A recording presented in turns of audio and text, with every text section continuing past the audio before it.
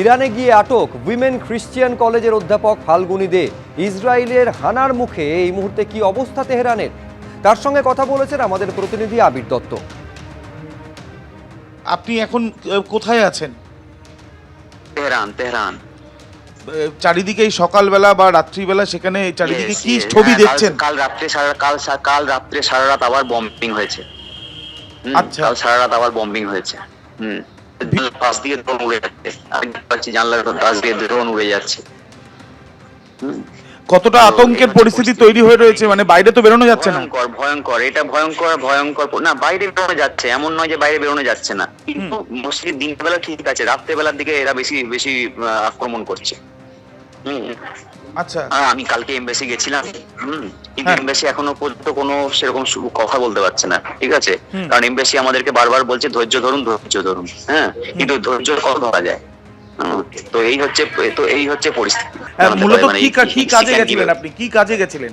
আমি গেছিলাম দামাবান। আমি মূলত এসেছিলাম দামাবান, যেটা হচ্ছে এশিয়ার হাইয়েস্ট ভলক্যানো, সেটা সামিট করতে এসেছিলাম। আচ্ছা, মানে এখনো আপনি কি পুরো তীব্র অনিশ্চয়তায় যে কিভাবে ফিরবেন বুঝতে পারছেন কিছু?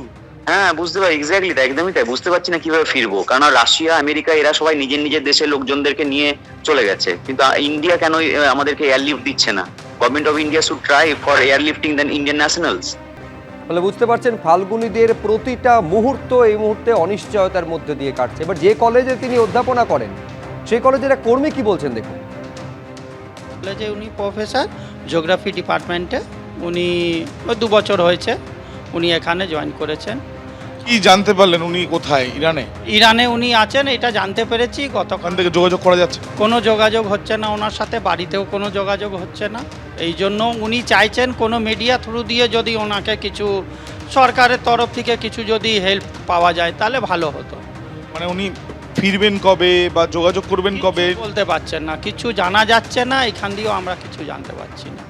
যত ঘন্টা যাচ্ছে তত আমরা দেখছি এটা কন্ট্রোলের বাইরে চলে যাচ্ছে। যেমন গতকাল থেকে যে ব্যাপারটা হয়েছে, যে ডোনাল্ড ট্রাম্প আমেরিকার প্রেসিডেন্ট, তিনি G7 এর কনফারেন্সকে তড়িঘড়ি ওখান থেকে মুক্ত করে নিজেকে আমেরিকায় ফেরত আসছেন, এবং আমেরিকার secretary of state for defence যিনি পিট হেগসেট, তিনি বলেছেন আমরা মেডিটেরিয়ানে ওই এলাকাতে রেড সিতে আমাদের নেভাল প্রেজেন্স বাড়াচ্ছি, এবং সঙ্গে সঙ্গে একটা এয়ারক্রাফট ক্যারিয়ার গ্রুপ USS নিমিস বলে সেটা বেরিয়ে এসছে সাউথ চায়না সি থেকে, রওনা দিয়ে দিয়েছে এই দিকটাতে। অলরেডি একটা এয়ারক্রাফট ব্যাটেল গ্রুপ এবং অনেক ডেস্ট্রয়ার এই দুটো সমুদ্রে আছে, যদি ইরান ইসরায়েলের যুদ্ধ লাগে তার জন্য ব্যবহার করবার জন্য। এটা একটা চিন্তা বিষয়। আরেকটা ব্যাপার ইন্টারন্যাশনালি হচ্ছে, G7 থেকে স্ট্রংলি এটা কন্ডেম করা হয়েছে, ইসরায়েল ইরানের যুদ্ধে ইরানের যে রোল, এবং ইরানকে নিউক্লিয়ার ওয়েপন হতে দেওয়া যাবে না কোনো মতেই, তারা বলেছে।